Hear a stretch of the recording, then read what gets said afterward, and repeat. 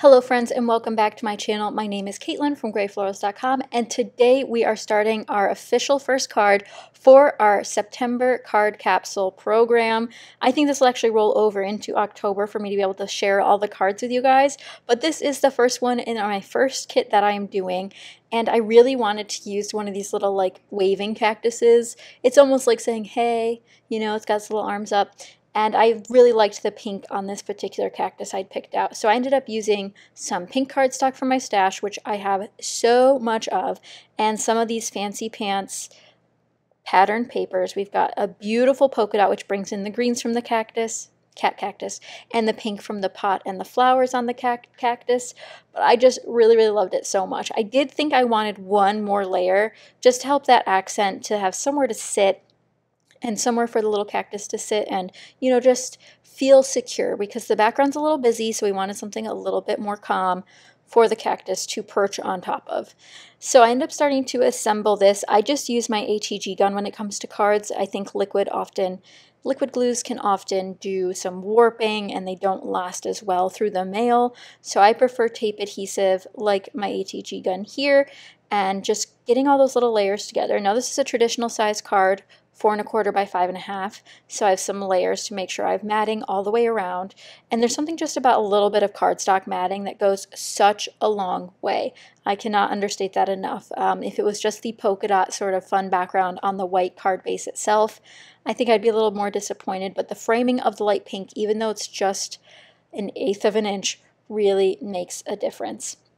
Here's where I start wanting to get some more layers. I actually pull out some punches. It's been a long time since I've used some of my punches, including this 2-inch circle punch. So I end up punching 2 of these green scallop pieces from the Lawn Fawn paper pad in my kit.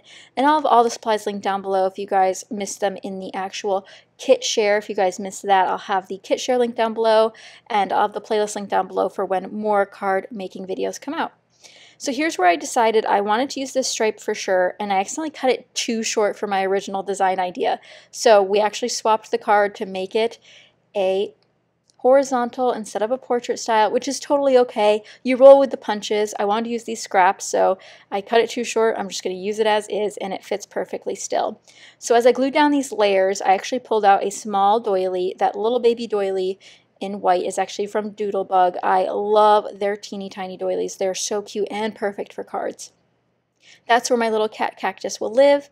I wanted to add another pop of green, so I pull out this Me and My Big Ideas washi tape just to put a strip on the left-hand side. And it's another great way to add in some more of that color. I could have picked a blue or another color from the background paper, but I went with green to help coincide with my little cat cactus here.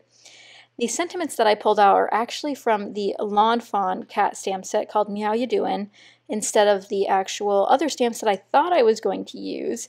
But because this cat cactus's arms were up in the air like so, I wanted to make sure I could do something that would go well with that sentiment.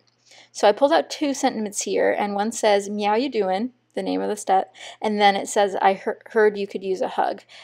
So I thought that'd be really cute because the cat has its arms up like it might be giving you a hug, so I had to use it. And I don't think I've used these particular sentiments from that Lawn Fawn stamp set. So before I go in with my ink, I actually rub them on my arm to give the actual texture to the surface of the stamp so the ink can stick to it. So I stamped that on each side of my scrap cardstock here that matches the background layer that we put together, and I wanted to make sure that they were dry before I trimmed them. And I went for a stacked sentiment, which I don't normally do, but I've been watching Jennifer McGuire's videos and everyone else who did Stamptember videos, and I had to do some unique sentiment stacking here. I do wish I had some of those actual dies to cut out your sentiments, but since I don't, my trimmer will work just fine.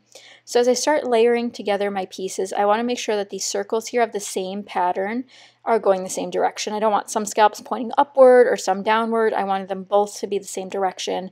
So it read almost as one layering piece behind the cat cactus here. So as I put this down, I decided I did need a little bit of extra adhesive here. So I pull out my Nuvo glue which is perfect for doilies because it doesn't bleed through as much as some of the other adhesives do.